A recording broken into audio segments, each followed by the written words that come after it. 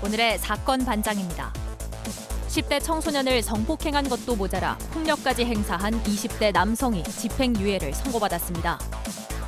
재판부는 남성이 정신과 질환을 앓고 있는 점을 고려했다고 밝혔습니다. 노래방에서 싸움을 말리던 고등학생을 흉기로 찔러 살해한 20대 남성이 중형을 선고받았습니다. 사건 당시 남성이 별다른 구호조차도 하지 않고 피해자에게 지혈하면 괜찮다고 말한 사실이 드러나면서 공분을 일으키기도 했습니다. 지난 2016년 일가족 4명이 숨진 부산 산타페 사고의 유가족이 제기한 손해배상 청구 소송이 법원에서 기각됐습니다. 유가족은 엔진 결함에 따른 급가속 때문에 사고가 났다고 주장했지만 재판부는 받아들이지 않았습니다. 50대 택시기사가 술 취한 여성 승객을 강제추행한 혐의로 기소됐습니다. 2심까지 진행된 재판에서 기사는 무죄 판단을 받았습니다. 아유, 안녕하십니까. 한 주가 또 시작이 되고 말았습니다. 월요일 정말 너무너무 싫습니다, 진짜. 예. 자, 진실 추적자 사건 반장 시작합니다. 이 광주 아이파크 아파트 붕괴 사고와 관련해서 정몽규 HDC그룹 회장이 아파트의 이 완전 철거 혹은 이 재시공까지 고려하겠다 했습니다. 그러면서 현대산업개발 회장직을 사퇴했는데요.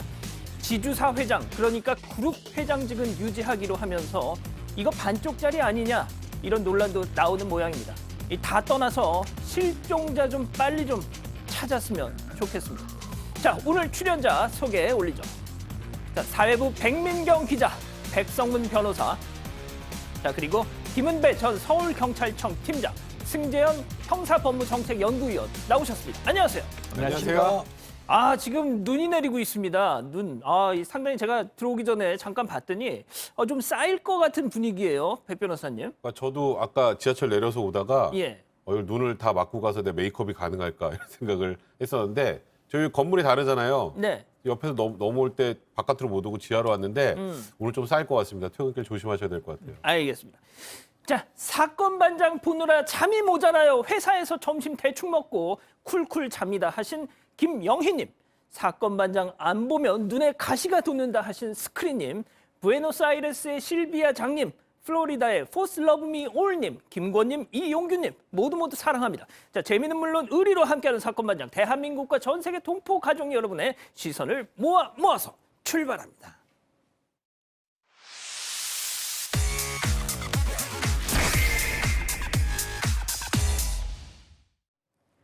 자, 지금 화제가 되고 있는 뉴스 정리해드리는 반장 픽입니다. 첫 번째 뉴스 보여주시죠. 나이키 매장 오픈런 사태입니다. 사태. 자, 영상 함께 보시죠. 자, 대구의 한 백화점인데요. 에스컬레이터에 올라오는 사람들이 갑자기 막 이렇게 뛰기 시작합니다. 잘 보시면 이쪽 지금 올라가는 에스컬레이터인데 역방향으로 지금 뛰어 내려오고 있죠. 어디론가 달려가고 있습니다. 자, 직원으로 보이는 사람이 나와서 이 현장을 막 좀 워워 이렇게 진정시키는 모습도 보이는데, 자, 하지만 소용이 없죠.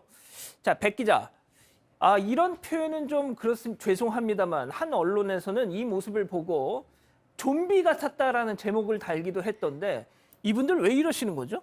이게 지난 14일 오전에 촬영된 영상입니다. 대구의 한 백화점인데요. 지금 오픈하자마자 2층에 있는 나이키 매장으로 뛰어가는 모습입니다. 신발 브랜드 나이키가 지금 새로 출시한 한정판 골프화를 선착순으로 판매하는 날인데 전국 40여 개 매장별로 딱 100켤레씩만 파는 겁니다. 그래서 일부 매장 앞에는 노숙 텐트까지 차려졌고요. 온라인 쇼핑몰은 먹통이 됐고 오프라인 판매 물량도 모두 품절이 됐습니다. 전국 40여 곳 매장에서 모두 이런 사태가 벌어졌고 또 구매하려던 사람들끼리 시비가 붙어서 경찰이 출동하기도 했습니다. 이분들 다 이렇게 사서 신을 것 같지는 않고 진짜 텐트를 쳤어요. 네, 진짜 텐트도 쳤습니다. 이게 리세일 때문에 일어난 현상이라 보는 분들도 좀 많이 있는데요. 해당 신발은 현재 중고거래 플랫폼에서 3, 4배 높은 가격에 팔리고 있다고 합니다. 그렇군요. 지금 나오는 저 상품인 것 같은데 에어조던, 그 마이클 조던 얘기하는 거겠죠? 야, 세상에 저게 67만 원. 하하, 참. 자, 개인 취향이니까 그걸 제3자가 옳다 그르다 판단할 수는 없겠죠. 그런데 저도요 이 백화점 명품관에서 비슷한 광경을 본 적이 있습니다. 요즘에 그 백화점 가면 그 문 열기 전에 바깥에 줄 서 있는 분들 생각보다 많아요. 저도 저게 도대체 뭘까? 아니 백화점은 편안하게 들어가 쇼핑하는 공간인데 왜 저렇게 줄을 서 계실까 했는데 아까 조금 전에 보신 이 나이키 같은 경우 운이 좋으면 특정한 뭐 모델 같은 경우는 출고가의 100배까지도 팔린다고 하더라고요. 아까 좀 전에 3, 4배라고 하는데 예. 저는 뭐 아예 저희 관심을 저렇게 줄 서야 되는 거 관심을 두질 않는데 1월 1일부터인가요? 그것도 명품 브랜드 중에 또 하나가 가격을 인상한다. 그래서 또 엄청나게 많은 오픈런 인파가 있었고요. 또 얼마 전에는 또 유명 시계 브랜드 여기도 그러더라고요. 여기도 오픈하기 전에 50명 이상 줄을 서 있고요. 세상에. 어떨 때는 오픈하고 그 매장에 가보면 오늘 이곳에 들어오실 수 없습니다라는 얘기까지 하는 경우도 종종 있었는데 이게 아까 좀 전에 얘기했던 리셀 문화 예. 그리고 이렇게 사서 되파는 게 젊은 층의 투자 문화로 좀 자리 잡아가고 있다고 합니다. 거기다가 더 심각한 건 아까 저기 텐트 치고 계신 분들 다 본인일까요? 아 저게 알바인가요 혹시? 오픈런 아르바이트도 요즘에 꽤 많이 있다고 하네요. 그렇군요. 참 이해하기 힘든 그런 세태 중에 하나입니다. 예. 아니 저 팀장님 지금 살짝 웃고 계시는데 무슨 사연이 있으신가요? 써보셨나요? 아니 제가 아는 친구가 예. 저기 이제 나이키 같은 건 한정판이기 때문에 이제 3차에 받는 거고 뭐 R 시계 같은 경우에도 내가 이제 주소 가잖아요. 알바를 주지 않으면 10만 원 준다는 거예요. 그럼 대신 가서 사는데 한 사람이 하나밖에 못 사요. 2개 안 팝니다. 이런 식으로 사놓게 되면은 중고품인데도 불구하고 아까 지금 백 변호사님 말한 대로 2~3배가 오른다는 거예요. 그러니까 가방뿐만 아니라 우리나라가 어떻게 이상하게 돼버렸어요. 그래서 명품을 좋아한다 하더라도 저 정도까지는 좀 심한 것 같은데 지금 언론에서도 저런 걸 자제했으면 싶어요. 예. 오히려 부추기는 게 아닌가 싶기도 합니다. 그 저를 지금 나무라시는 거네요. 아닙니다. 언론. 죄송합니다. 아유 죄송합니다, 팀장님. 자, 두 번째 뉴스 바로 이어가죠. 자, 낚시 바늘 끼운 소시지입니다. 자, 영상 함께 보면서 말씀드리죠. 자, 소시지가 낚시 바늘에 저렇게 꽂혀 있습니다. 이거 소시지를 뭐 미끼로 쓰는 건가 싶었는데 아닙니다. 인천의 한 공원에서요. 강아지를 산책시키던 중에 저렇게 낚시 바늘이 끼워진 소시지를 누군가 발견한 겁니다. 심지어 하나도 아니고 여러 개. 낙엽 아래 그 밑에 숨겨져 있다는 겁니다. 자, 백 기자. 이거 산책하던 강아지 혹은 길고양이들이 먹었으면 야, 이거 뭐 뻔한 거 아닙니까, 결과가. 아, 지금 사진을 보는데요. 저 낚싯바늘 정말 날카로워 보이고 네. 저 낚싯줄도 확 당겨지거나 하면 어떤 일이 일어날지 정말 상상하고 싶지도 않습니다. 인천의 한 공원에서 있었던 건데 저렇게 발견이 됐습니다. 누군가가 낚싯바늘과 낚싯줄을 그냥 둔 게 아니라 약간 숨겨져 있어요. 이렇게 나뭇잎들 아래에 이렇게 숨겨져 있어서 이 제보자는 눈으로 찾기 어렵게 되어 있는데 이게 아무래도 냄새로 강아지들이 찾으면 거기까지 이제 막 가잖아요. 예. 그래서 강아지들을 좀 노린 게 아닌가 이런 생각으로 해서 신고를 했다고 합니다. 경찰이 현장에 갔는데 현장에서는 뭐 자기들은 낚싯바늘을 찾지 못했다고 하고 일단 CCTV를 확보해서 누가 이런 행위를 했는지 확인 중이라고 합니다. 아, 승현님 진짜 왜 이렇게 아픈 사람들이 많습니까? 이게 사실 이걸 했는 사람을 저는 아프다고 보지 않고 굉장히 악의적이고 아니, 물론이죠. 굉장히 나쁘다라고 보는데 사실 집에서 키우는 반려견은 혹시나 저런 일이 있으면 저는 안고 병원으로 달려가요. 그러면 그 반려견은 물론 아프겠지만 치료받을 수 있지만 유기묘나 유기견은 저게 위장에 들어가서 위장이 다 아유. 끊어질 때까지 그 고통을 참아야 되는데 모르겠습니다. 저희들이 덫을 놓는 걸 가장 나쁜 상냥의 방법이라고 이야기를 하거든요. 덫에 걸려 있으면 그 동물은 그 덫에서 자기 다리를 뽑기 위해서 죽을 때까지 고통을 가지면서 죽게 되는데 국립공원에서도 그런 덫을 놓는 행위 절대로 허용되지 않고 있는데 하물며 동네에 있는 공원에서 저런 행동을 한다는 것은 저는 있을 수가 없고 법정에서는 저거 3년 이하이 또는 3천만 원 이하의 벌금으로 되어 있는데 거듭 말씀드리지만 손괴죄와 동일한 형량입니다. 이게 동물을 우리가 민법이 개정돼서 물건이라고 보지 않고 사람과 유사한 아니면 또 다른 생명체라고 보고 있다면 이런 행동에 의해서 유기묘, 유기견 혹은 반려견, 반려묘가 사망에 이르게 됐을 때는 형량을 조금 더 높이는 게 필요하지 않을까 그렇게 생각합니다. 알겠습니다. 자, 세 번째 뉴스 바로 이어가죠. 아휴, 잠든 10대 딸 성추행한 계부. 자, 팀장님, 2016년에 집에서 자고 있던 10대 의붓 딸을 성추행한 40대 남성이 재판에 넘겨졌는데 좀 설명 좀 해주시죠. 그렇습니다. 2016년 그 자기 집의 거실에 열세 된 의붓딸이 잠자고 있었는데 그 여성의 그 성적 수치심을 느낄 만한 그 특정 부위를 만졌다는 거예요. 말이 안 되는 얘기인데 그렇게 했어요. 그러다 보니까 그 당시 이제 의붓딸이 여러 가지로 있다가 작년에 3월달에 이제 고소장을 넣었는데 이제 재판이 들어갈 거 아닙니까? 물어봤더니 2017년도 4월하고 2019년 12월에 이 남성이 성추행 사실을 인정을 한 다음에 본인이 자기 인정이 잘못했으니까 부동산을 주겠다, 차량을 주겠다, 채무를 만들어주면서 합의서하고 이행각서를 썼는데도 불구하고 안 했던 것 같아요. 그래서 고소를 했는데 이제 와서는 이제 아니라고 부인하는 거예요. 근데 재판부에서는 그 합의서라든지 또 진술 녹취록이라든지 이 각서를 봐서는 실제적으로 이런 사항이 있었다라고 보기 때문에 이 성추행한 남성에 대해서 재판에 들어가서 처벌할 수 있었던 거죠. 자, 그런데 앞서 이제 자막으로도 보셨겠지만 집행유예예요, 집행유예 세상에. 예? 네, 뭐 다소 이해가 되지 않는 그런 선고라고 생각을 하실 것 같은데요. 이 남성은 재판 내내 본인의 성추행 사실을 부인했습니다. 근데 보통 우리 아시는 것처럼 그러니까 증거가 명확한데 부인하는 경우에는 형량이 상향되는 경우가 일반적이죠. 그런데 일단 재판부에서는 피고인이 범행을 부인하고 있으나 초범인 점, 그리고 다소 우발적으로 범행을 저지른 점 등을 고려하고 범행 전후 등의 여러 요소를 종합적으로 고려했다고 하는데 여기서 확인할 수 없는 게 범행 전후 등의 여러 요소라는 부분인데요. 저는 개인적으로 생각할 때 아까 그 합의각서 같은 것들을 썼던 것 있잖아요. 그러니까 피해를 입힌 것에 대해서 이런 식으로 배상을 하겠다라고 했던 이 합의각서 등의 효력 같은 것들을 고려해서 집행유예형을 선고했던 것 같은데 피해자가 10대이고 범행을 끝까지 부인하고 지금 2017년 4월, 2019년 12월 성추행 사실 인정하고 합의각서를 작성했다는 얘기가 나오는데 그런 피해도 한 번이 아닐 것 같거든요. 그런 면에서 예. 과연 집행유예를 선고하는 것이 맞는가에 대한 의구심은 좀 듭니다. 알겠습니다. 이거 저는 솔직히 다소 우발적이었다? 좀 이해할 수가 없네요. 알겠습니다. 네 번째 뉴스 바로 이어가죠. 화물차 들이받은 음주 차량입니다. 영상으로 함께 하시죠. 자, 동그라미 친 이 앞 차량 주목해 주십시오. 2차선으로 지금 잘 달리고 있는데 왠지 오른쪽으로 빠지기 시작하더니 막 갓길 쪽으로 가죠. 자, 그런데 여기 화물차가 있으면 아이고 세상에. 쾅 하고 들이받습니다. 예, 화물차하고 충돌을 했는데 차량 앞부분이 산산조각이 났습니다. 지금 연기 풀풀 피어나고 있고요. 자, 이거 승 의원님. 네.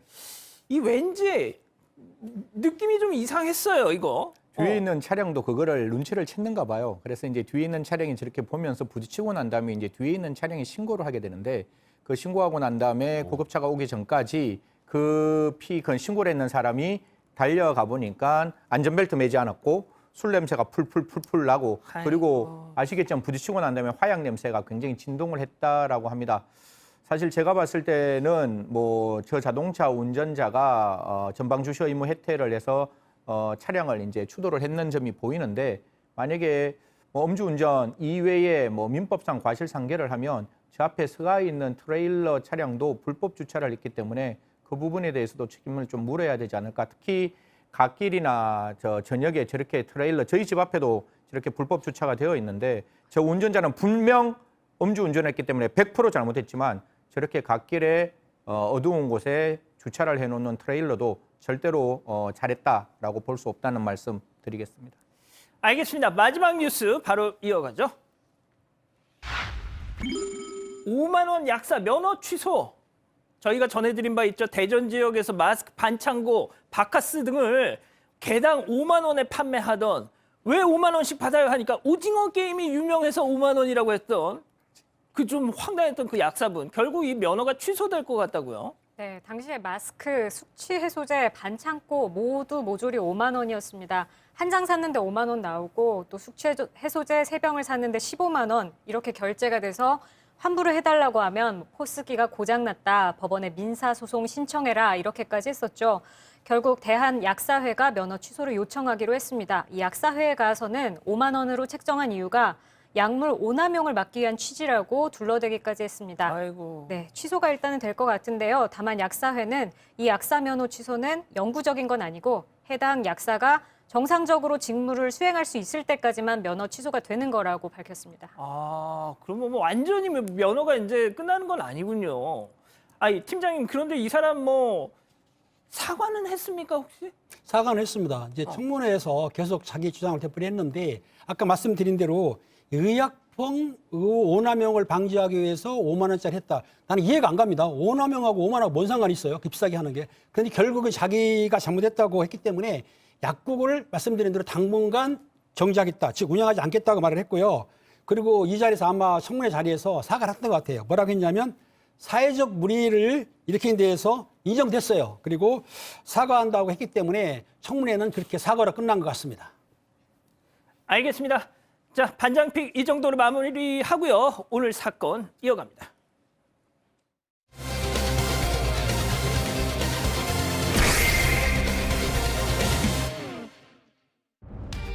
10대 청소년을 성폭행한 것도 모자라 폭력까지 행사한 20대 남성이 집행유예를 선고받았습니다. 재판부는 남성이 정신과 질환을 앓고 있는 점을 고려했다고 밝혔습니다. 법원의 판결 이유를 알아봅니다. 자, 오늘 첫 번째 사건 10대 여학생에게 벌어진 사건이네요. 네, 이게 너무 충격적입니다. 대구에서 일어난 일인데 한 20대 남성이 온라인상에서 알게 된 13살 소녀를 집으로 불러들입니다. 같이 술을 마시다가 피해자가 술에 취해서 잠이 들자 거듭 성폭행을 합니다. 구토도 하고 저항도 하고 그랬던 것 같은데 계속해서 성폭행을 했고 이 과정을 카메라로 영상까지 찍었습니다. 자, 이게 다가 아니었죠? 이렇게 성폭행을 한 것만으로도 정말 천인공노하고 용서받지 못할 범행인데 저 피해자가 저 성폭행으로 인해서 임신을 하게 됩니다. 아유.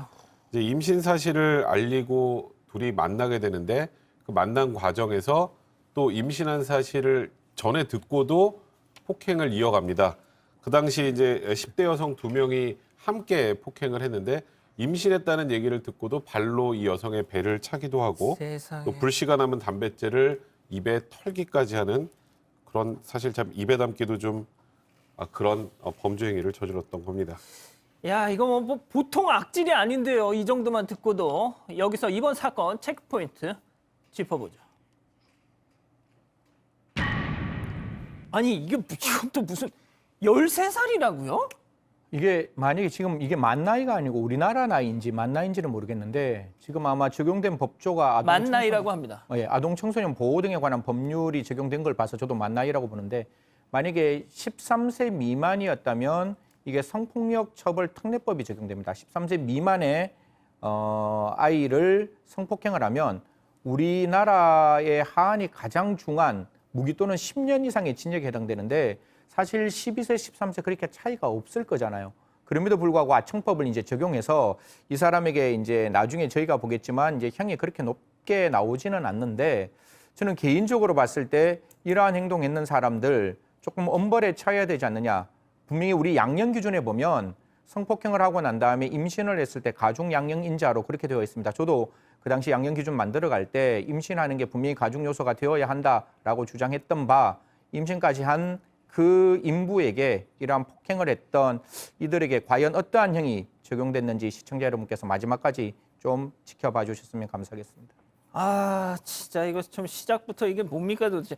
팀장님, 공범도 있었다면서요? 그렇습니다. 이 가해자가 그 폭행을 할 때 그 미성년자 2명이 가세를 했어요. 알고 있던 그 18세하고 17세 여학생 2명이 가세를 했는데 어떻게 폭행했냐면 혹시 아실지 모르겠어요. 옛날에 일진들이 손등에다가 담뱃불로 담뱃방이라고 지은 적이 있어요. 아유. 옛날 지금 안 하는데 예. 그것처럼 똑같이 담뱃불로 손등을 지지기도 하고 또 뺨을 때렸다는 거예요. 그러니까 아주 잔인하게 했는데 아까 그 승현이 말한 대로 지금 13세가 아니고 13세에서 16세로 상향이 됐습니다. 우리나라가 지금 미성년자 그 처벌하는 게 성폭력 범죄에 대해서. 근데 어떻든 본인이 가해를 하면서도 자기가 알고 있는 사람들을 끌어들여서 3명이서 공동으로 특수상해인데 폭행했기 때문에 너무나 잔인하기도 하지만 비겁한 삶이라고 볼 수가 있는 겁니다. 예.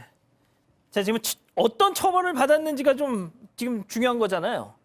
이게 처벌을 받았다고 할 수 있을지 모르겠습니다. 일단 20대 남성 집행유예를 받았습니다. 자세히 1억도 집행유예를 받았어요. 맞습니다. 성폭행도 하고 임신한 아이에게 그렇게 폭행까지 했는데도 일단 집행유예가 나왔습니다. 좀 자세히 살펴보면요.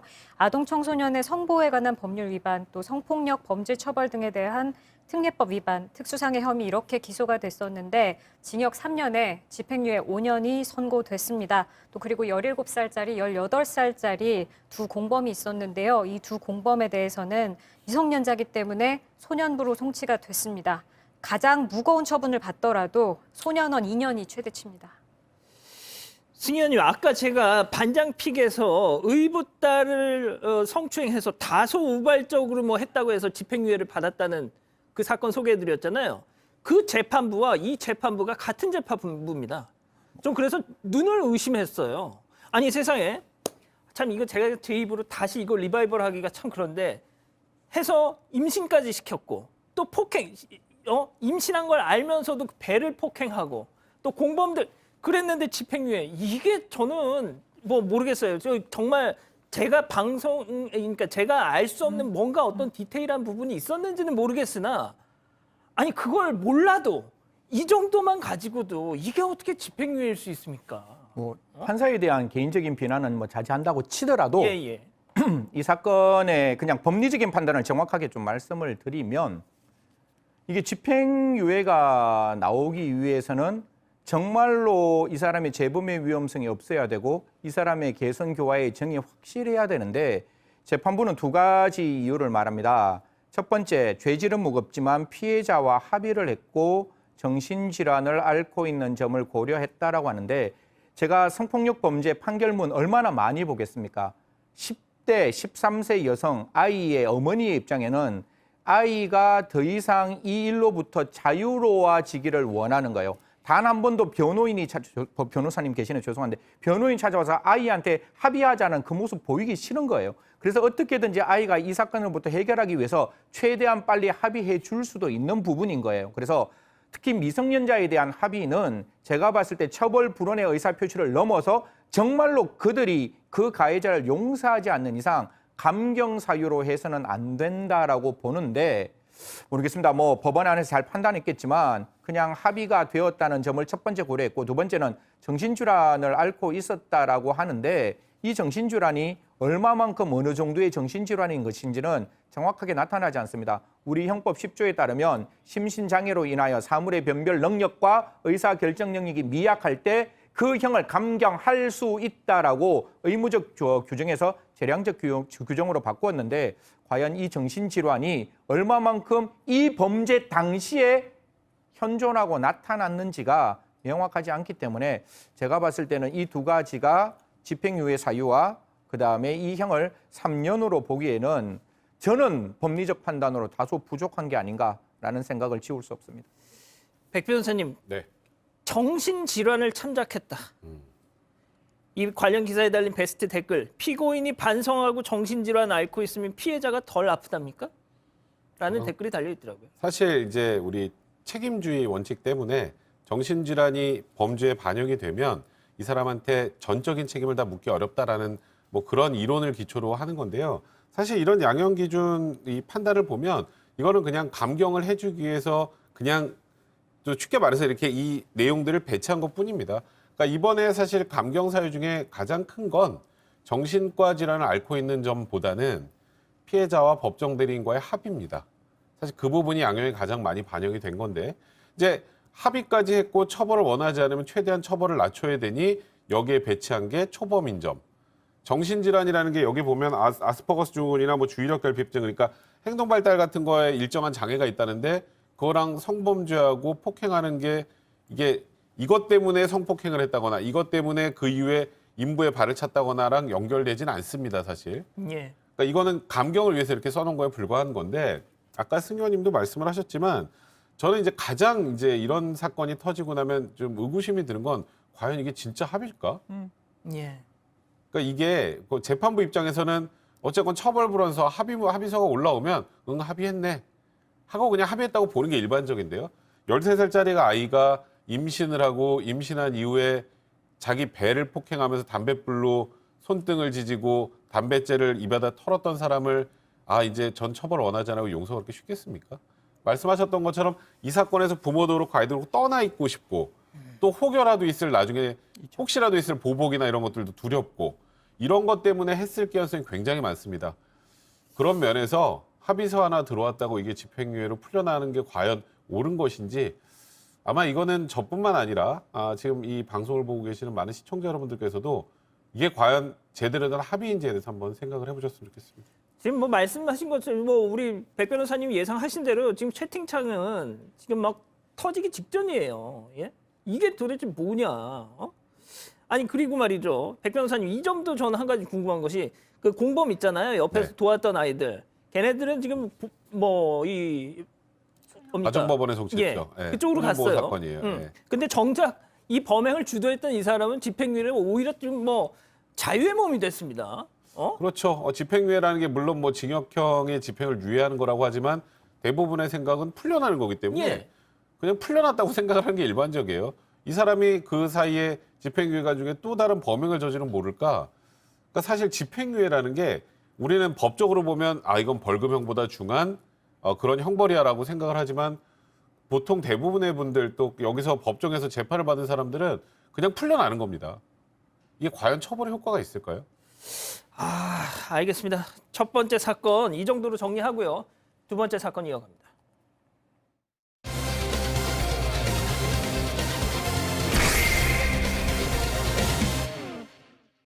노래방에서 싸움을 말리던 고등학생을 흉기로 찔러 살해한 20대 남성이 중형을 선고받았습니다.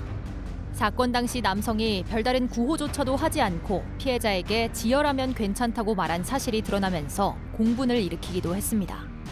당시 사건을 다시 한번 짚어봅니다. 자, 오늘 두 번째 사건 지난해 9월 벌어졌던 일인데요. 일면식도 없는 고교생을 살해한 남성에게 판결이 있었습니다. 자, 이 내용 당시 상황 백 기자가 먼저 좀 정리를 해주시죠. 네, 지금 고교생이 이제 살해당한 건이잖아요. 근데 사건은 처음에 너무 다른 곳에서 왔습니다. 한 커플이 술을 마시다가 싸움이 났는데요. 전 남자친구 얘기를 하다 싸움이 났습니다. 근데 전 남자친구에게 이 화가 난 남성이 전화를 걸면서 시작이 됩니다. 그래서 결국에 두 사람 사이에 다시 고성이 오가고 이 남성 그걸로 끝나지 않고 이 전 남자친구가 일하던 노래방으로 찾아가게 됩니다. 과정에서는 술을 많이 마셨으니까 음주운전을 해서 찾아가게 됩니다.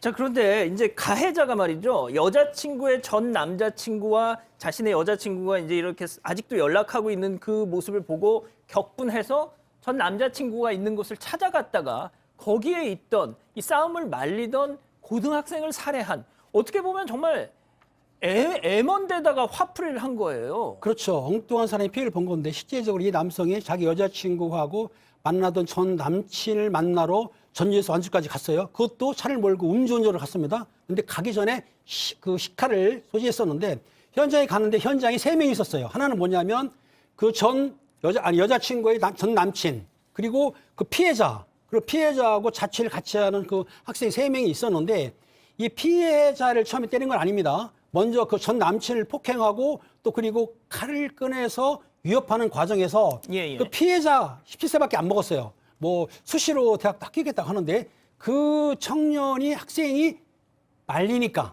말린다고 화를 내면서 오히려 여자친구 전 남친을 칼로 찌른 게 아니고 그 말리는 존이라는 거지 않습니까? 그 피해자를 칼로 쇠를 찌른 거예요. 그래가지고 옆구리라든지 엉덩이를 찔러서 쓰러졌는데도 불구하고 또 구타를 했던 겁니다. 알겠습니다. 자, 알겠습니다. 자, 문제는 말이죠. 상황이 여기서 끝나지 않았다는 겁니다. 체크포인트 짚어보죠. 지혈하면 괜찮다. 세상에 이 흉기에 해를 입어서 쓰러져서 뭐 저희가 이 상황 자체를 너무 적나라하게 말씀드리진 않겠습니다만 이 고통에 신음하고 있던 고등학생을 향해서 야, 지혈하면 괜찮아. 이런 말을 던져놓고 그 현장을 떠났다는 겁니다. 승 의원님. 이게 말이 안 되는 상황인 거죠. 이 남자 분명히 전 남자친구가 있는 장소에 가서 흉기를 준비하고 갔고 그 장소에 3명이 있었는데 3명 중에 전 남자친구에게 폭행을 하는 과정에 그 고등학생은 잠시 그 장소에 잠시 들렸던 거예요. 그러니까 싸움을 말리는 게 그게 일반적인 상황이죠. 싸움을 말리는 그 사람에게 아까 말씀 주신 바와 같이 신체에 흉기를 가지고 이제 자상을 입혔는데 자상의 정도가 한두 군데가 아니에요. 뭐 저도 이제 이 상황 정확하게 말씀드리기는 좀 죄송스럽지만 뭐 지금 사파에도 나오지만 저만한 횟수를 찔렀는데 보통 이렇게 칼에 사람이 이렇게 굉장히 이렇게 위험한 상태에 빠지면 힘이 빠지는 상황인데 거기에 대놓고 치열하면 괜찮다라고 이야기하고 그 장소를 구타까지 하고 난 다음에 그 장소를 떠났다면 저는 그 피해자의 생명은 단 한순간도 이 가해자에게는 중요하지 않았다. 오히려 피해자의 생명을 가볍게 여겨도 너무 가볍게 본 것이 아닌가 그렇게 생각할 수밖에 없다는 말씀드리겠습니다. 팀장님, 그래서 수사는 어떻게 진행이 됐습니까? 신고받고 경찰 출동해가지고 근방을 뒤지다 보니까 이상차기를 봐서 범인을 체포했습니다. 체포 당시에는 자백을 했어요. 했는데 실제적으로 수사 과정에서는 본인이 기억이 나지 않는다 하면서 변명으로 즉 부인을 한 거죠. 부인했는데 그래도 검찰에서는 30년을 구형을 했는데요. 구형한 이유가 있습니다. 살인, 또 그리고 특수협박, 그 독일법 있죠. 아까 음주운전한 거. 예, 예. 세 가지 죄명으로 해가지고 재판에 넘겨서 즉 30명을 구형했는데 제가 보기에는 정당한 구형이라고 봅니다. 예. 자, 그럼 재판부는 30년 구형 이거 뭐 그대로 받아들였습니까? 그대로 받아들이진 않았고요. 한 5년 정도 구형량보다 적게 징역 25년을 선고했습니다. 아마도 5년 정도가 줄어든 이유는 그러니까 이 피고인이 살해하는 과정이 계획적이 아니고 우발적이었다는 점이 좀 반영이 된 것 같습니다. 하지만 피해자가 17살입니다. 이 학생의 앞으로의 이 창창한 인생이 사라진 것에 대해서는 사실 재판부도 이 부분을 양형에 굉장히 중요한 요소로 감안을 했고요. 이런 부분 때문에 엄벌이 불가피하다고 하면서 검찰의 구형보다는 5년이 좀 부족한 징역 25년을 선고했습니다. 아니, 지금 백 변호사님 말씀하셨지만 17살 앞길이 구말리 같은 아이예요. 세상에 이 아이가 목숨을 잃었는데 저는 솔직히 30년 구형도 좀 짧다라고 생각을 했지만 이게 또 5년이 줄어. 이게 또 계획 범죄, 우발적인 범죄였다. 제가 알기로는 뭐 전 남자친구와 통화를 끝내고 나서 자기 이 일수 가방에다가 흉기를 챙겨가지고 갔다고 전 들었거든요. 그 현장에 가서 뭐 서로 갑자기 뭐 이렇게 뭐 격분해가지고 주변에 있던 흉기로 이렇게 한 게 아니라 챙겨가지고 갔다고요. 보통 이제 그냥 저희들 그냥 평소에 싸우는 모습을 한번 생각해 볼게요. 제가 양 기자님하고 싸웠어요. 싸우면 제가 양 기자님한테 분노가 있는 거지 주위에 있는 사람한테 분노가 있는 게 아니잖아요. 근데 백 변호사님이 저를 말렸어요. 그러면 말리는 백 변호사님한테는 절대로 분노를 표출하지 않는데 지금 상황은 말리는 전혀 관계없는 제3자에게 아까 제가 말씀드렸잖아요. 준비한 흉기로 그 피해자를 한 번도 아니고 6번이나 그거 살인죄가 됐다는 거는 그 피해자가 사망할 수 있는 중요한 신체의 급소를 찔렀다는 거거든요. 제가 좀 조금 깊이 말씀드리고 싶은데 그냥 말씀 안 드리고 그냥 옆구리를 찔렀다는 거는 굉장히 자상으로 굉장히 죄질이 안 좋은 형태의 모습의 자상이기 때문에 이게 우발적이다, 계획적이지 않다. 두 가지 저는 말씀드리겠습니다. 검사가 좀 제대로 공소 제기해서 이 정도는 계획적으로 입증을 했어야 되는데 왜 그걸 판사한테 제대로 입증을 못했을까라는 아쉬운 점과 그게 검사가 입증 안 된다 할지라도 판사가 적어도 살인사건을 몇 건 봤으면 칼이 어떻게 들어가는 방법에 따라서 이 사람이 어떠한 고의로 어떠한 행동을 했는지는 분명히 알 수 있는데 그걸 우발적이라고 말했다. 우발적이면 한 번 행동하고 그 흉기를 놓고 도망가야죠. 2번, 3번, 4번 마지막 순간까지 그 피해자에게 폭행한 것이라고 본다면 저는 모르겠습니다. 분명히 이 정도 상황이면 계획적이라고 봐도 무방한 상황이 아닌가 그렇게 생각합니다.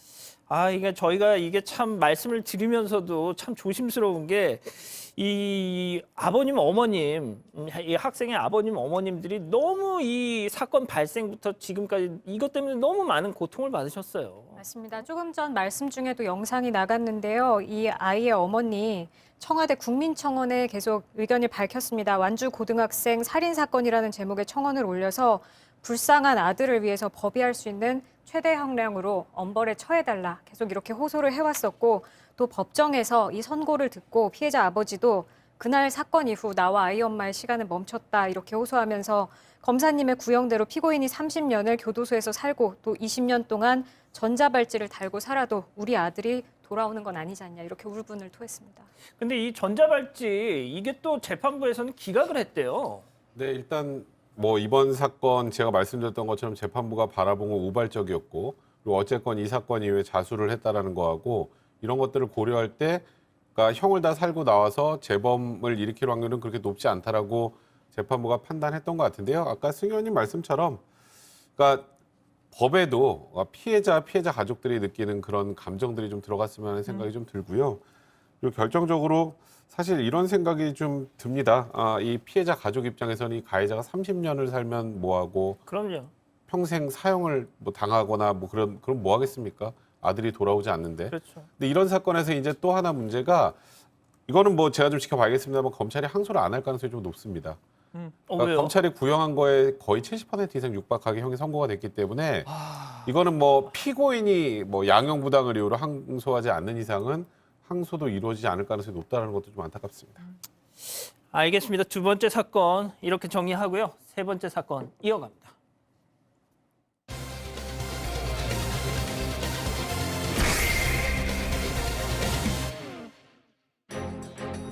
지난 2016년 일가족 4명이 숨진 부산 산타페 사고의 유가족이 제기한 손해배상 청구 소송이 법원에서 기각됐습니다.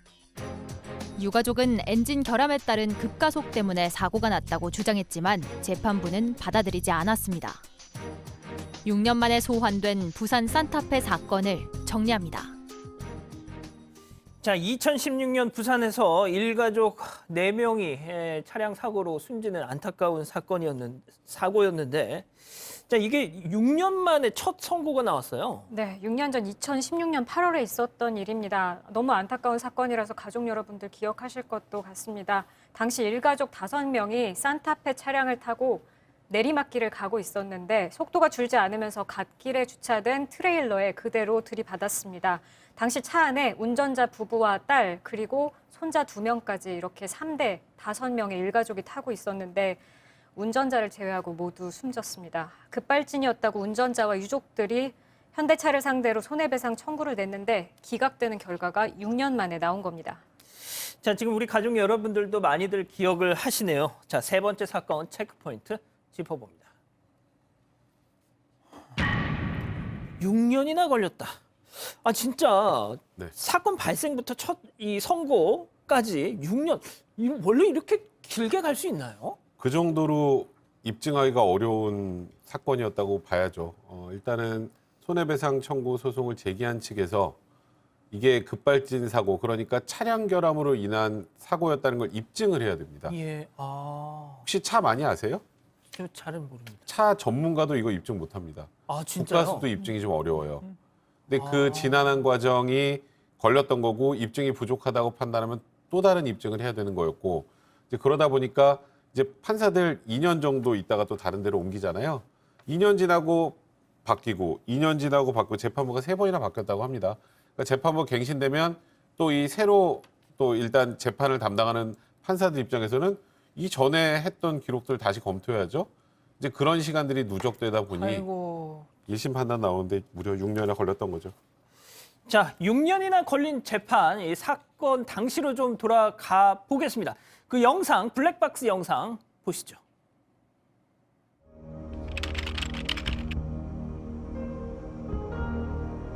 차 와요. 아이고, 이거 그래.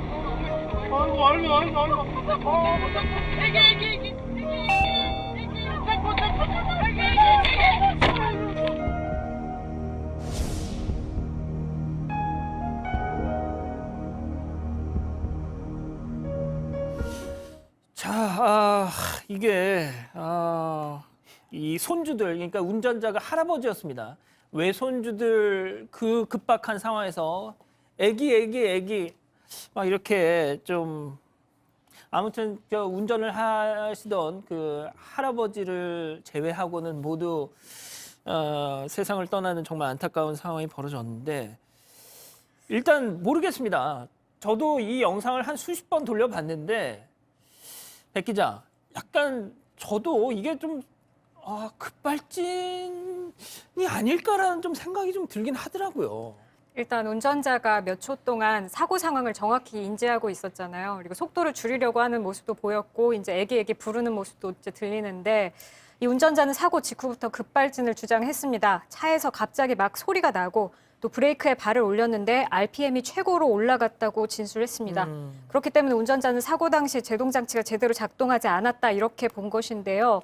가족들은 엔진 결함으로 인한 급가속 때문에 사고가 났다고 보고 차량 제조사인 현대기아차와 또 부품 제조사인 보쉬를 상대로 손해배상 청구 소송을 제기했었습니다. 사고 차량은 2002년식 디젤 모델이었는데 고압 연료 펌프의 결함으로 무상 수리 대상이었습니다. 자, 그런데 팀장님, 경찰은 운전자 과실이라고 판단을 했었네요, 초반에. 처음에 이제 경찰들이 판단하기를 실제적으로 그 차량이 달릴 때에 그 CCTV하고 블랙박스를 확인해 봤어요. 해봤더니 그 가속 차량이 브레이크를 밟지 않았기 때문에 브레이크 등이 안 들어왔고, 만약에 브레이크 안 되면 혹시 옆에 사이드 브레이크 있지 않습니까? 예. 그것도 당긴 적이 없다. 그래서 운전자가 과실했다고 봤기 때문에 이렇게 했는데요. 당시 국가수에서 사실은 급발진에 대해서 검증을 했어야 되는데 그 부분을 빼놓은 거예요. 그러니까 급발진에 대해서는 아예 수사가 안 된 거죠. 그런데 검찰에서는 어떻게 봤냐면은 2002년도식 산타페를 동일한 상황에서 동일하게 했는데, 동일하게 해봤더니 저렇게 사고 날 정도까지 주행이 안 됐던 거예요. 그래서 운전 과실이 없었던 거죠. 그리고 또 하나 보면은 아까 말씀드렸지만 본인이 운전을 했고 옆에는 사랑하는 아내가 있고 또 사랑하는 딸이 있고 눈에 넣어도 아프지 않을 외손녀가 있는데 무리하게 가속할 수가 없잖아요. 그런 문제. 그리고 또 보험 관계도 확인해 봤더니 보험도 특이사항이 없는 거예요. 그리고 운전하신 분이 저 택배도 했었고 운전기사를 했기 때문에 실제적으로 차를 여러 가지 몰았지 않습니까? 예. 그리고 또 중요한 거는 1년에 한 번 정도는 또 정비를 했다는 거예요. 그러니까 차량 정비도 잘 했었고 운전도 잘 하시고 가족을 태웠는데 무리한 운전을 안 했기 때문에 이 운전자는 지금 이게 내가 잘못이 아니고 급가속이다, 급발진이라고 주장하고 있는데, 이게 이제 문제가 아까 변호사님 말한 대로 급발진을 사실 인정받기가 상당히 어렵거든요. 이게 이제 문제가 된 거죠. 승현님, 지금 영상이 나가는데 정말 저 순간 지금 저 행인도 정말 위험할 뻔했는데 그 순간에 그래도 그 피해는 또 막으셨어요, 운전하시는 분이. 사실 차선이 끝차선으로 안 달렸으면 저 행인도 굉장히 위험했을 것 같아요. 저도 굉장히 많이 들어봤는데, 저분이 왜 저 제일 마지막 4차선으로 갈 수밖에 없었는가 하면 저 행인을 피할 수밖에 없었거든요. 예. 그래서 차선을 안쪽으로 할 수 없고 바깥쪽으로, 저 순간에 바깥쪽으로 딱 트는 순간 앞에 트레일러가 정차해가 있었는 예. 거예요. 그러니까 브레이크가 안 잡히는 상황에서는 할 수가 없었는데, 혹시 기억하세요? 이거 미국에서 굉장히 큰 보험금을 받았다, 이게 공익신고를 하고 그 포상금을 받았다는 분이 이거와 동일한 산타페 결함으로 신고를 하셨는 거거든요. 진짜요? 이게 뭔가 하면 앞에 뭐 플랜지라는 좀 어려운 말 다 빼고 경유가 이렇게 나오고 있고 오일이 이렇게 나오고 있는 그 상황에 이게 섞이면 자동차가 굉장히 급발진이나 행동하기가 어려워지는 상황이 있다라고 해서, 제가 알기도 사고 나기 2년 전부터 아마 이 자동차에 대한 리콜을 진행을 했었는 걸로 알고 있어서, 사실 이게 완벽하게 그러니까 어느 순간에 아무 문제가 없는 차량에서 발생했는 게 아니라 전조 현상이 있었던 차량이었기 때문에, 저도 이거 보는 순간 조금 문제가 있는 차량으로 이건 뭐 법원이 이미 결론 났기 때문에 제가 뭐 현대자동차를 비판할 마음은 없지만 좀 그런 부분들이 있지 않았을까. 사실 입증의 문제로 결국 이게 보상을 못 받았는 건데 아쉽다라는 말씀을 전할 수밖에 없는 거죠. 그러니까 지금 말씀하신 것처럼 현대차 내부에서도 안전상의 어떤 심각한 좀 품질 문제가 제기된 바 있었다. 그리고 백 변호사님이 아까 설명한 대로 차량 결함을 피해자가 입증해야 한다. 네. 그래서 재판부 판단은 어떻게 나왔습니까? 일단은 재판부 판단은 기각이었습니다. 그러니까 6년 동안 이제 이 운전하신 분께서는 이 사고가 본인의 운전 미숙이나 운전 실수가 아니라 이 자동차의 결함 때문이다라고 하면서 굉장히 다양하게 입증을 하려고 노력을 해왔습니다만, 아까 처음에 우리 경찰에서도 수사할 당시에 그냥 차량의 결함 부분은 그렇게 생각하지 않고 뭐 그냥 운전 미숙으로 판단을 했다고 하는데, 그 브레이크 등도 안 들어왔고 그러면 엑셀을 밟았겠지. 그냥 그렇게 판단한 그러니까 거군요. 그거를 그러면 엑셀을 안 밟고 브레이크를 밟았는데도 차가 이렇게 간 걸 입증해봐인 거거든요. 예. 그걸 입증할 방법이 과연 있을까요? 물론 이분께서 뭐 전문가 급가속 실험까지 해가지고 감증을 해서 했지만 저런 부분도 인정이 되지 않았고 그러면 제가 참 궁금한 게 이런 사고가 터지면 과연 어떻게 이걸 입증을 해야 될까요? 예. 그러니까 이러다 보니까 이렇게 증거가 한쪽에 편중되어 있는 것. 그러니까 소위 현대자동차라면 이게 급가속이, 그러니까 소위 말해서 급발진이 아닌 걸 입증할 수 있는 여러 가지 자료나 시스템들이 있겠죠. 근데 이거를 운전자한테 모든 걸 입증하라고 하는 건 증거 관계가, 그러니까 어느 쪽에 증거가 편중되어 있는지를 생각해 본다면 입증 책임의 전환 문제도 고려해야 될 상황이 아닌가라는 생각이 이 판결을 보면서 듭니다. 자, 결국 이제 결론만 놓고 보면 재판부는 현대자동차의 손을 들어주는 셈인데, 지금 이 유가족 입장에서는 이 6년간 정말 그 어려운 지난한 법정 투쟁을 했지만 결국 패소를 한 거잖아요. 그래서 항소 여부를 고민하고 있다는데, 변호사님, 이게 지금까지 또 6년을 달렸는데, 예? 이긴다는 기약도 없이 또 이 유가족 입장에서는 너무 고민이 많으실 것 같아요. 사실 여러 가지 또 금전적인 문제도 있을 수밖에 없는 게 항소하면 또 인지 때만 한 5천만 원 정도 또 아이고. 들어갑니다. 그리고 막대한 소송 비용이 들어갈 거고요. 이런 소송은 제가 말씀드렸던 것처럼 입증을 제 개인으로 할 수 없기 때문에 검증이나 감정 같은 것도 굉장히 여러 번 해야 될 것이고. 근데 사실 지금 이 운전하셨던 분 입장에서는 그 6년의 세월을 견디면서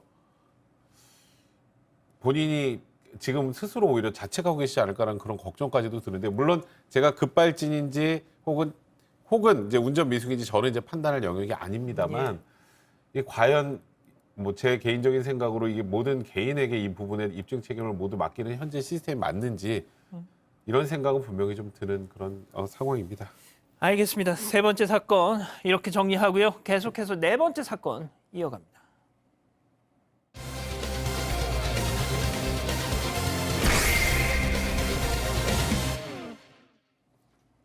자, 이게 재작년에 벌어진 사건입니다. 택시기사가 여자 승객을 강제 추행해서 이 재판에 넘겨졌는데, 자, 김하은 아나운서를 통해서 먼저 사건 개요 좀 들어보시죠.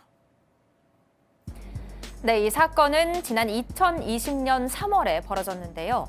승객의 주장에 따르면 당시 택시기사가 자신이 잠든 사이 신체 부위를 만지고 있었다고 합니다. 하지만 택시기사는 승객이 도착지에 내리지 않고 난동을 부려 영업에 지장이 생겼고 신체를 만지지 않았다고 반박했는데요. 이 택시기사는 준강제 추행 혐의로 재판에 넘겨졌고 1심 재판부는 술에 취해 있던 승객이 당시 상황을 착각했을 가능성을 배제하기 어렵다며 무죄를 선고했습니다. 이에 바로 검사가 항소를 해서 2심 재판까지 진행됐는데 2심 재판부에서는 과연 어떤 판단을 내렸을까요?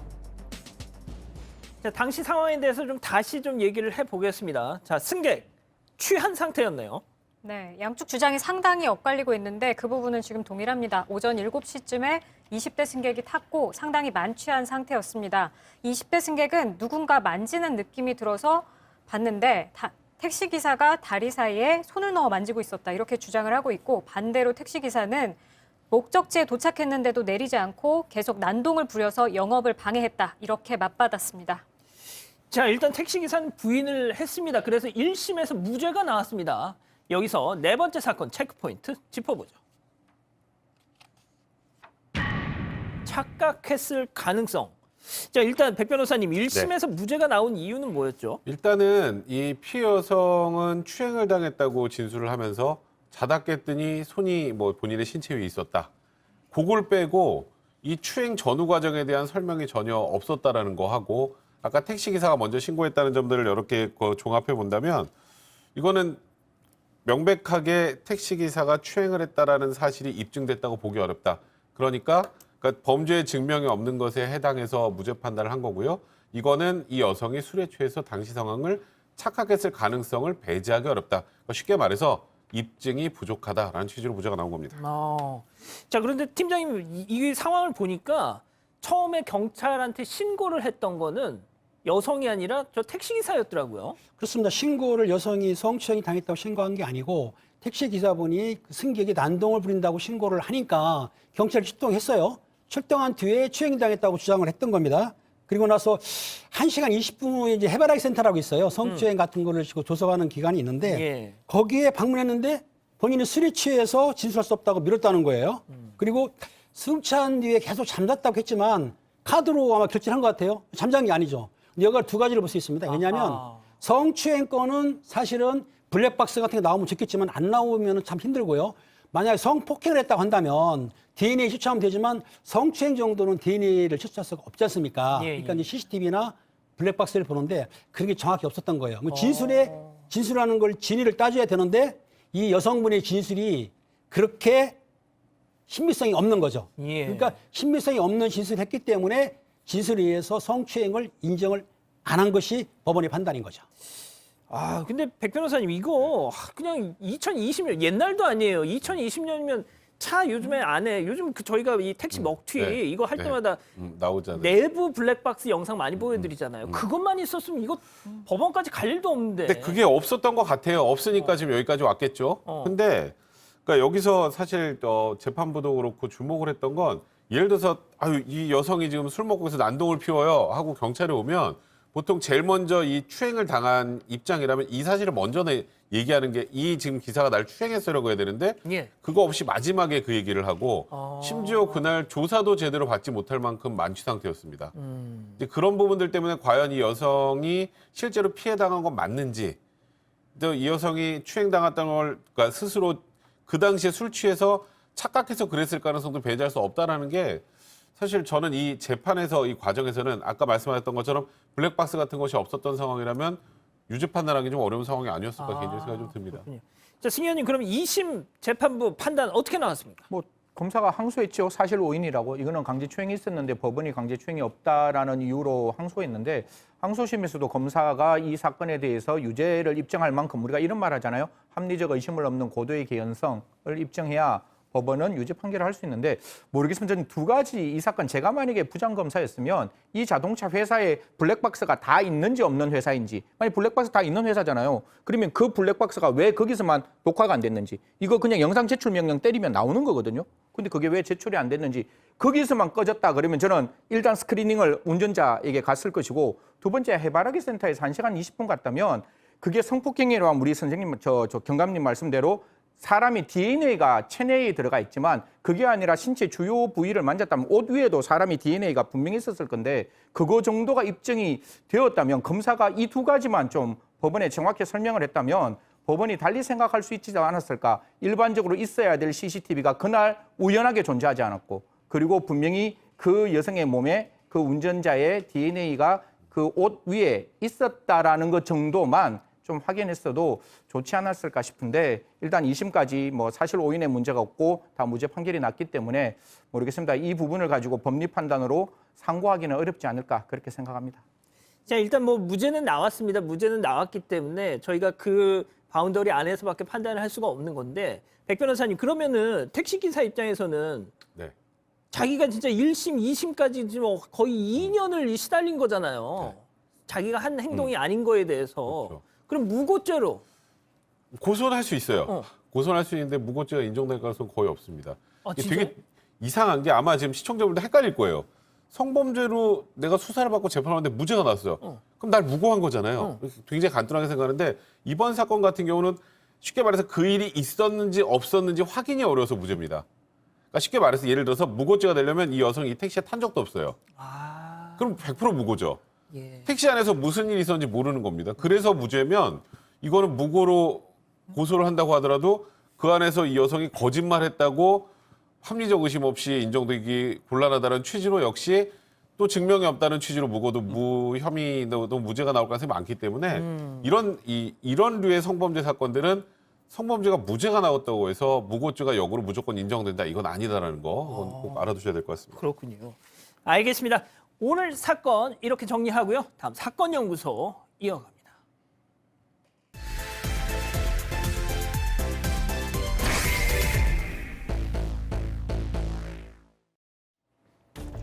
(2003년 12월 19일) 한강이 얼어붙을 만큼 매서운 날이었습니다.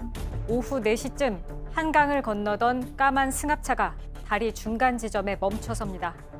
다리에서 내린 젊은 남성은 차가운 한강 물속으로 커다란 무언가를 집어 던집니다. 그리고 잠시 후 비슷한 행동을 한 차례 더 반복합니다. 목격자의 신고로 경찰에 검거된 남성이 남긴 말은 충격적입니다. 전국 가서 잘 있을 겁니다. 후회가 점점 밀려옵니다.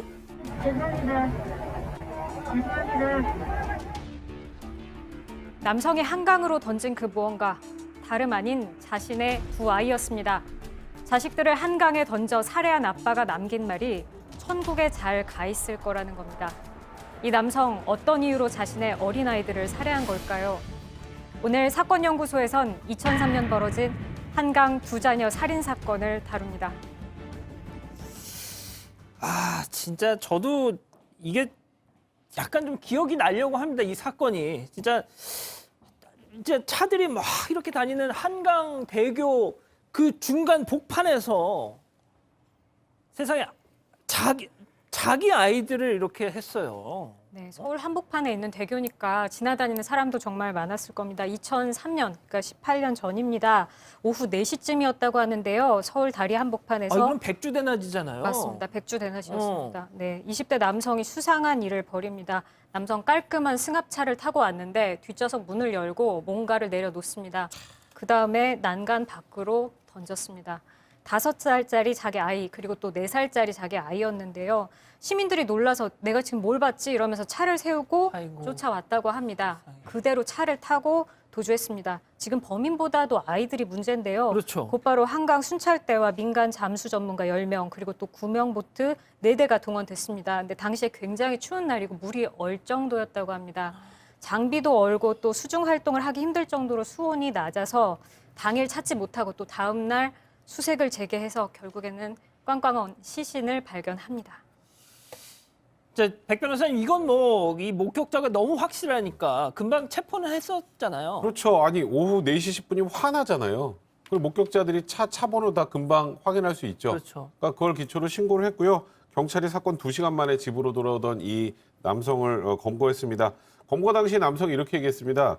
저 정신장애 3급이라 아무 기억도 안 나요. 아이고. 그러면서 장애인 신분증을 경찰에 제시를 했다고 하는데 나중에 이제 범죄 상황을 좀 보니까 범행 당일 이 남성이 유아원에 들려서 아이들을 찾고 나서 고속도로에서 이 아이들에게 수면제를 먹인 게 확인이 됐습니다. 자, 지금 저희가 준비한 영상이 있는데요. 그 좀 보면서 말씀드릴게요. 자, 현장 검증 당시 상황입니다. 자, 이 모습을 본 사람들 정말 우리가 보통 현장 검증을 표현할 때 뻔뻔하다, 뻔뻔하게 무표정하게 이 재현했다 이런 얘기를 하는데 네, 지금 영상에 나오고 있는 저 하얀 인형 있죠? 지금 저게 저 아이들을 대용하는 겁니다. 강력 범죄들 현장 검증을 많이 한다고 하는데요. 저거를 유아원에서 데리고 나와서 또 수면제와 신경 안정제를 먹이고 저 인형을 던지는 모습까지 굉장히 무덤덤한 표정으로 재현을 했다고 합니다. 이 과정에서 취재진들도 굉장히 놀랐다고 하는데요. 아이를 내던진 뒤에 혹시 극단적인 선택을 할 생각이었냐 이렇게 누군가 물었다고 합니다. 예. 근데 거기다가 이제 종교인이라서 나는 그런 생각을 하지 않았다. 아이들은 지금쯤 천국에서 편히 쉬고 있을 것이다. 이렇게 말해서 공분을 샀습니다. 팀장님, 보통 저렇게 현장 검증을 하실 때 많이 해보셨죠, 팀장님? 그렇죠, 네네.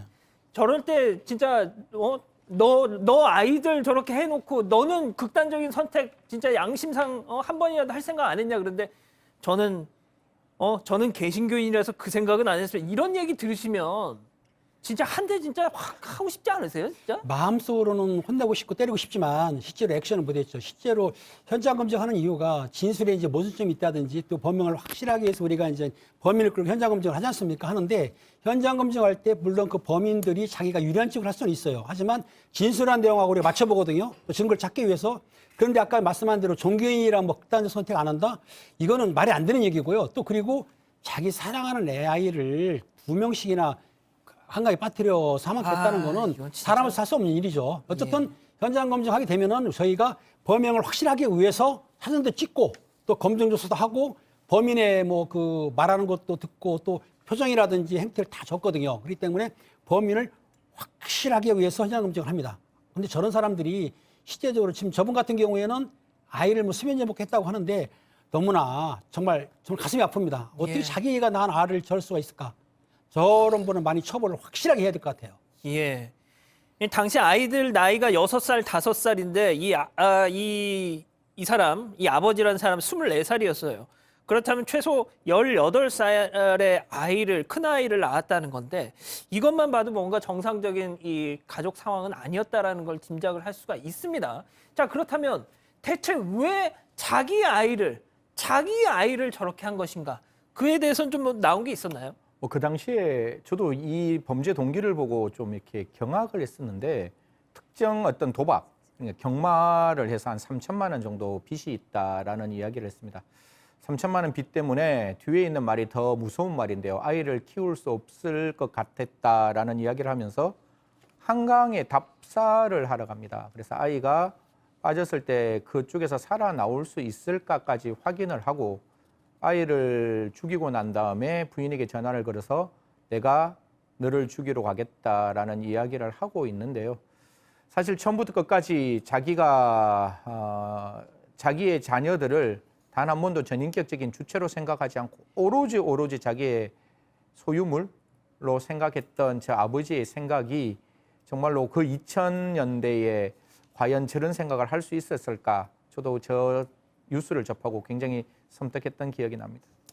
이게 이제 경제적인 이유 때문에 내가 두 아이들을 살해했다 뭐 이런 진술을 했다는 건데 이 범행이 2003년 다들 아시겠지만 그 카드 대란 한참 정말 대한민국을 힘들게 했던 이 카드 대란 와중에 벌어졌던 걸 보면 백 변호사님 이게 완전히 진짜 오롯이 그런 이유 때문은 아니라는 느낌도 들어요. 그리고 이 사람은 그냥 순전히 자기 때문에 이렇게 된 거예요.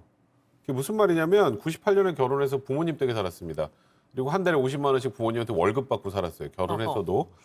근데 경마하고 뭐 도박하면서 한 3,500만 원 정도 카드 빚지고 2000년 7월에 신용불량자가 됐는데 그러니까 뭐 지금 보시는 것처럼 부모님이 살던 뭐 한 43평짜리 아파트로 같이 이사하고 이런 걸 보면 가정 형편이 그렇게 완전히 어렵지도 않았던 것 같아요.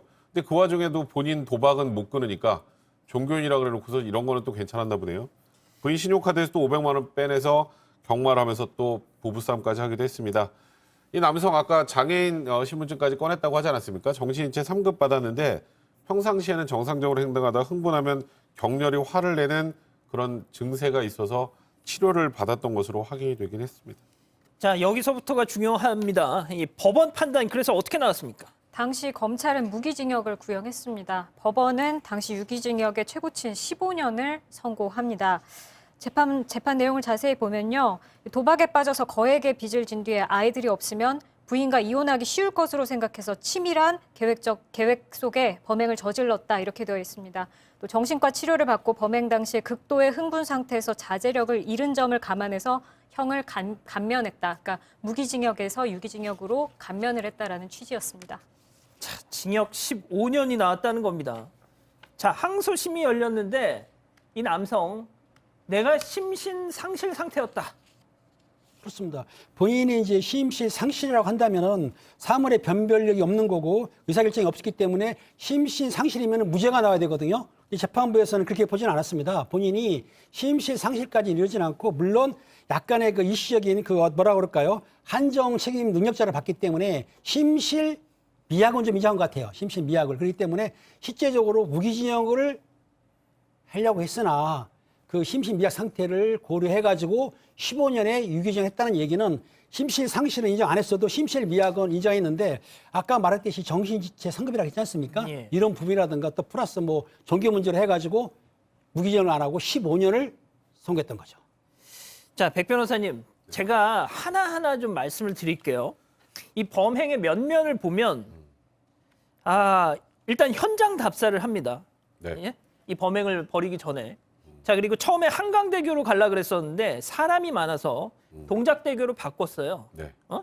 자, 그리고 약물을 썼고 인터넷에다가 뭘 검색했냐면 한강 투신 시에 살아남을 수 있는 방법, 생존할 수 있는 방법 이런 걸 검색을 했어요.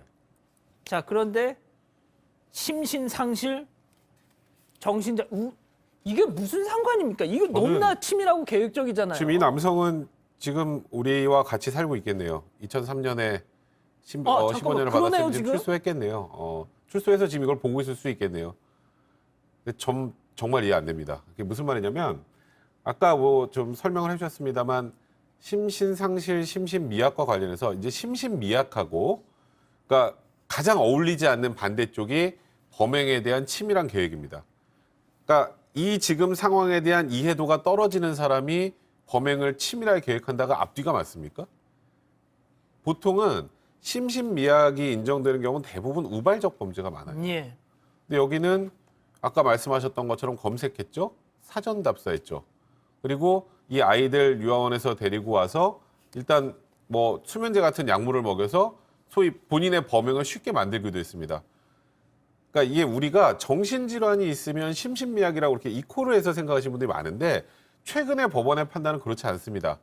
최근의 법원의 판단은 정신질환이 이 범행에 영향을 제대로 미쳤는지 안 미쳤는지 실질적으로 판단해요. 예. 이것 때문에 내 판단력이 흐려졌다는 걸 입증하지 않으면 심신미약자 인정하지 않고요. 심신미약을 인정을 하더라도 이런 정도의 상황이라면 지금은 반드시 감경을 해줘야 되는 게 아니기 때문에 만약에 이 남성이 지금 이런 재판을 받았다면 과연 징역 15년을 받을 수 있을까? 저는 개인적으로 그런 생각 들진 않습니다. 승희님, 저도 지금 말씀드리고 싶은 게 바로 백 변호사님 이 부분이에요. 이게 2003년에 했으니 이렇지 만약에 2022년 1월에 재판이 있었다면 저는 이 시대적인 어떤 상황이나 분위기가 완전히 달라졌기 때문에 저는 이렇지 않았을 거라고 봐요. 뭐 사실 그 당시에 법원에서는 유기형 최고 상한을 부여했어요. 이게 조두순 때문에 지금은 저희들이 유기형 상한이 30년으로 되어 있지만 그 당시는 15년이었고 아마도 법원에서 판단했을 때는 뭐 저희들은 이 사건을 잘 모르지만 저희들은 용서할 수 없는 사건이지만 분명히 또 이 사람이 가지고 있는 정신질환 문제는 있었을 것이다. 그래서 2003년에는 그렇게 판단했지만 지금 우리 변호사님이 정확하게 설명 주시는데 지금의 우리 법원은 어떻게 판단하는가 하면 제가 정신질병이 있어요. 그 정신질병이 어제도 있고 오늘도 있고 내일도 있는 게 중요한 게 아니라 그 범죄 현장에서 그 정신질병이 발현해서 사물의 변별 능력과 의사결정력이 없어야 되는 거예요. 그걸 판사가 재판하는 시점에서 다시 소급해서 그 범죄 당시에 이 사람의 정신 상태를 판단하는 거기 때문에 사실상 그게 굉장히 어렵고 지난한 과정이라서 법원 내에서는 이걸 전문적으로 판단하는 사람이 필요하지 않느냐라는 것 때문에 뭐 저 기억나시죠? 강수구 PC방 케이스 때문에 예. 그런 이야기들이 많이 나왔었는데 하여튼간 이 부분 방금 우리 앵커님 말씀대로 지금이라면 심신미약 받기는 어렵지 않았을까? 그거는 백 변호사님과 앵커님과 동일한 생각을 가지고 있습니다. 알겠습니다. 이게 뭐 지금 이 당사자가 출소를 해서 이 방송을 보고 있을 수도 있다. 이런 말씀을 좀 전해드렸는데 이걸 떠나서 백 변호사님 좀 짧게 부탁드릴게요. 자식들 우리가 이런 사건 많이 전했잖아요. 자식들을 이렇게 이제는 옛날에는 말이죠. 그러니까 이 사건이 벌어졌었던 2003년도만 해도 이런 사건이 벌어지면 동반 자살. 요즘에 그런 표현 썼다가 정말 큰일 납니다. 요즘엔 살인 후 극단적인 선택이라는 표현을 쓰죠. 만약에 전부 다 가족들이 다 사망한 경우에도. 근데 이런 것 같아요. 우리 형법에 보면 존속살인죄라고 해서 부모님이나 이제 소위 손윗 사람을 살해한 경우에는 가중을 합니다. 형 자체가 7년 이상 유기징역이니까 살인죄보다 높아요. 예. 근데 아이들을 살해한 것은 처벌의 중한 거에 따로 들어가지 않습니다. 비속살인죄라고 중하게 처벌하는 거 아니거든요. 그러니까 이런 게 어찌 보면 그러니까 과거 유교적 사고방식이랑 그런 것들이 반영이 된 것 같아요. 소위 아까 말했던 동반자살이라는 표현을 썼을 때의 사고방식이 아닌가라는 생각이 들고 사실 아이들한테 부모는 신입니다. 아이들이 어떻게 저항을 해요? 그럼요. 그러면 이렇게 부모가 아이를 소유물로 생각해서 살해하는 경우에는 더 중하게 처벌해야 되지 않나요? 저는 그런 사회적 분위기가 계속 나가야 된다는 생각이 좀 듭니다. 알겠습니다. 오늘 사건 이 정도로 정리하고요. 이어서 사건 현장 넘어갑니다.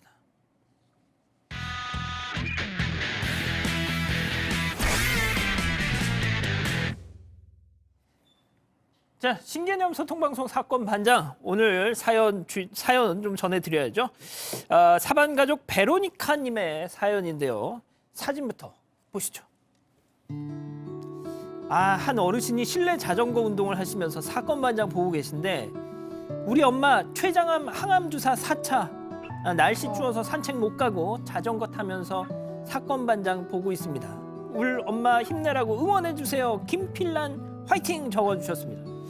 자, 아시겠지만 췌장암이 가장 고통스럽고 치료도 힘들다고 저는 알고 있는데 아 정말 이제 저렇게 운동까지 하시는 모습이 너무 장하시다는 생각이 들더라고요. 1시간 30분 동안 사건 반장 보시면서 매일매일 꾸준히 운동하시면 꼭 이 췌장암 이겨내실 겁니다. 우리 팀장님이 김필란 여사님 화이팅 한번 해주시죠. 김필란 여사님 화이팅! 분위기가 좀 생각보다 예. 우리 팀장님이 보통 다 해주시면은 뭔가 조폭 보스가 하는 것 같아서 그렇지 않습니다. 화이팅 그런 하시- 느낌이 있죠, 그런 그런 느낌이죠. 화이팅? 좀 부드럽게 화이팅. 예, 알겠습니다. 자, 첫 번째 현장 통가로 가보시죠. 이거 지금 주말 동안 난리 났습니다, 진짜. 네, 거대한 버섯 구름입니다. 하늘 위로 솟아오르고 있습니다. 마치 핵폭탄이 폭발한 듯한 모습입니다. 지난 15일 남태평양 섬나라 통가의 해저 화산이 대규모 분화를 일으킨 겁니다. 분화와 동시에 터져나온 화산재와 가스가 순식간에 반경 260km를 뒤덮었고 통가 일대는 1.2m 높이의 쓰나미에 휩쓸렸습니다. 보시는 것처럼 해저 화산의 분출 장면은 위성에도 담겼습니다. 미국 국립해양대기국이 공개한 위성 영상에서는 화산재 기둥과 물 위로 요동치는 잔물결 중력파가 그대로 담겼습니다. 저 피해가 정말 컸을 것 같은데. 네, 각종 SNS에 올라온 동영상에는 해안가에 밀려온 거센 파도들이 포착됐습니다. 저지대로 바닷물이 들이닥치면서 놀란 주민들이 대피한 것으로 전해졌지만 통가의 인터넷이 끊겨 구체적인 피해 규모는 확인되지 않고 있는 상황입니다. 대규모 인명 피해 또한 확인되지 않고 있습니다. 화산 분화구 주변에 형성됐던 섬은 이번 분화로 상당한 면적을 상실해서 절반 이상이 물에 잠긴 걸로 알려졌습니다. 저것 때문에 어제 일본은 하루 종일 쓰나미 때문에 뭐 난리도 아니었어요. 네, 그렇습니다. 일본은 5년여 만에 쓰나미 경보를 발령하면서 23만 명이 공포 속에 긴급 대피했습니다. 캐나다, 미국, 칠레, 호주, 뉴질랜드 등도 한때 쓰나미 경보를 발령했고요. 또 페루에서는 높은 파도에 휩쓸려서 2명이 사망하는 사건이 발생했습니다. 그렇군요. 알겠습니다. 다음 현장 필리핀으로 이어가죠.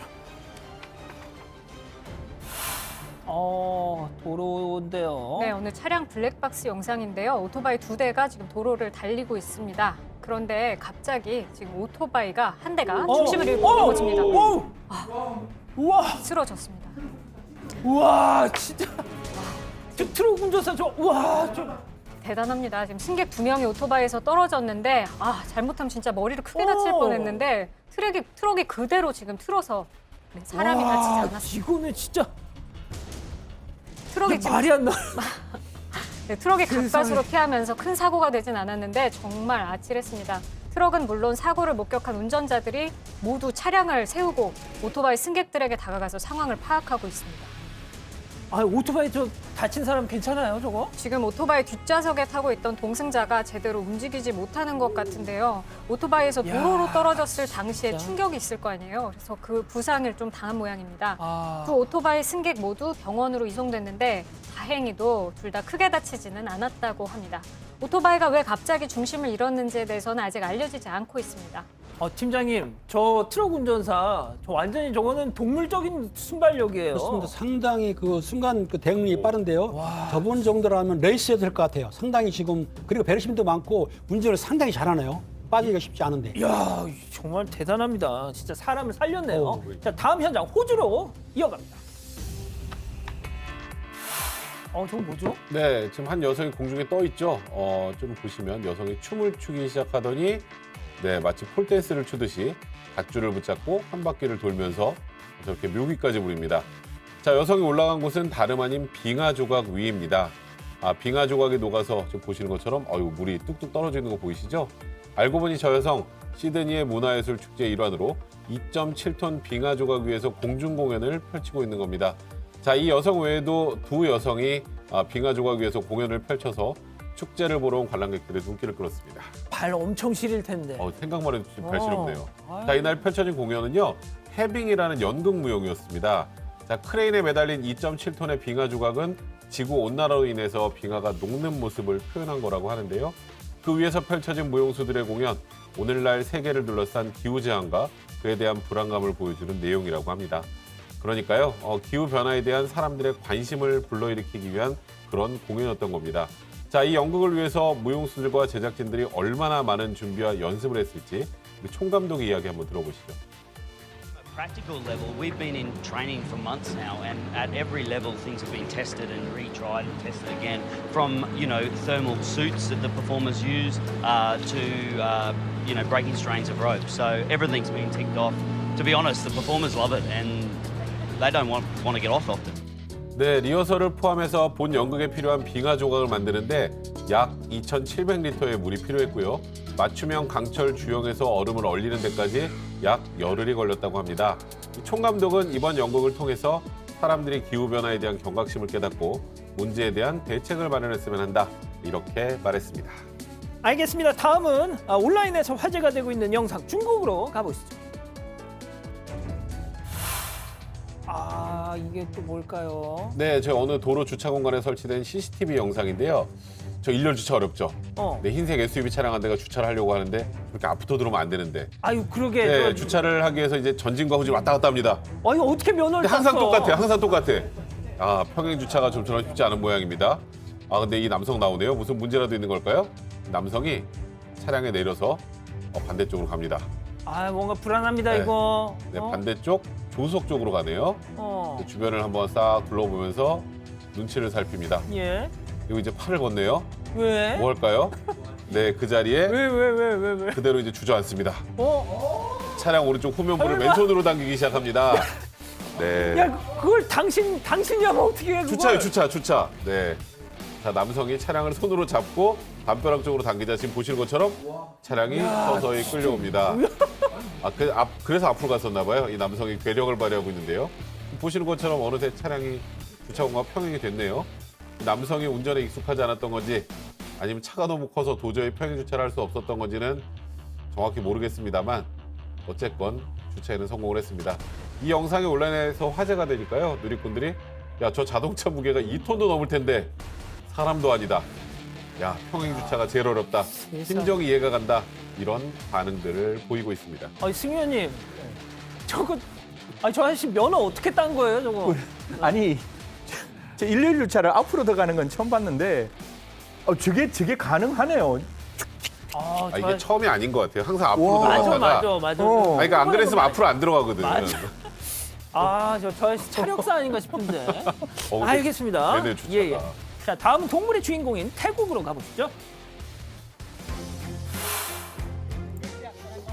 아이고, 소가 빠졌네. 네, 암소 한 마리가 지금 구덩이에 빠져 있습니다. 얼굴만 겨우 내놓고 있는데 구덩이가 꽤 깊은 모양입니다. 사람들이 암소를 구덩이에서 꺼내려고 하고 있지만 쉽지 않아 보입니다. 아유, 고통스러워합니다. 네, 지금 동물 구조대원들이 도착했는데요. 다짜고짜 긴 호스 하나를 가져오고 있습니다. 구덩이에 물을 뿌리네요. 아무래도 구덩이에 물을 채우려는 것 같습니다. 한참 동안 저렇게 물을 대고 있자 구덩이에 물이 차면서 암소의 몸이 조금씩 떠오르기 시작합니다. 네, 구조대원들은 지금 암소의 앞다리에 든 밧줄을 끌어당기고 있고 또 뒤에서 엉덩이를 밀면서 저렇게 간신히 암소를 구덩이에서 빼냈습니다. 암소가 좀처럼 움직이지 않는 걸 보니 정말 많이 지친 모양입니다. 근데 물 때문에 이렇게 올라온 것 같지는 않은데요. 네, 아무튼. 아무래도 물이 많이 들어갔으니까 지금 약간의 상처가 난 것을 제외하고는 지금 저 암소 크게 다치지 않았다고 합니다. 들판에서 풀을 뜯고 있다가 콘크리트로 된 구멍을 잘못 밟아서 구덩이에 빠졌다고 하는데 처음에 암소 주인이 밧줄로 직접 소를 끌어올리려고 했다가 무게가 너무 무거워서 실패했다고 합니다. 동물 구조대에 신고한 게 천만다행이었습니다. 알겠습니다. 잠시 30초간 전한 말씀 듣고 오겠습니다. 채널 고정, 리모컨, 마우스, 핸드폰, 태블릿 다 돈터치. 우리나라의 손광? 걔는 꼰대인데. 아니 이런 귀한 곳에 누추한 분들이 어쩌니? 이제 우리 동맹하는 거다. 끝없는 전쟁의 소망, 삼국지워. 나는 구울레. 튀길 내용을 공개. 구워. 매워. 불맛이 화르르. 금빛 소스가 사르르르. 굽네 불금 치킨. 자, 오늘 준비한 소식은 여기까지입니다. 사랑하는 사건반장 가족 여러분, 저희는 어떤 어려움이 닥쳐와도 우리 가족 여러분만 믿고 가겠습니다. 자, 어떤 분들이 그러세요. 얘 왜 클로징에서 자꾸 이상한 소리 하지? 너 무슨 일 있냐 뭐라고요? 안 가르쳐 드립니다. 자, 저희는 내일도 별이 3개 오후 3시에 다시 옵니다. 전학교나 코로나 조심. 안녕히 계십시오.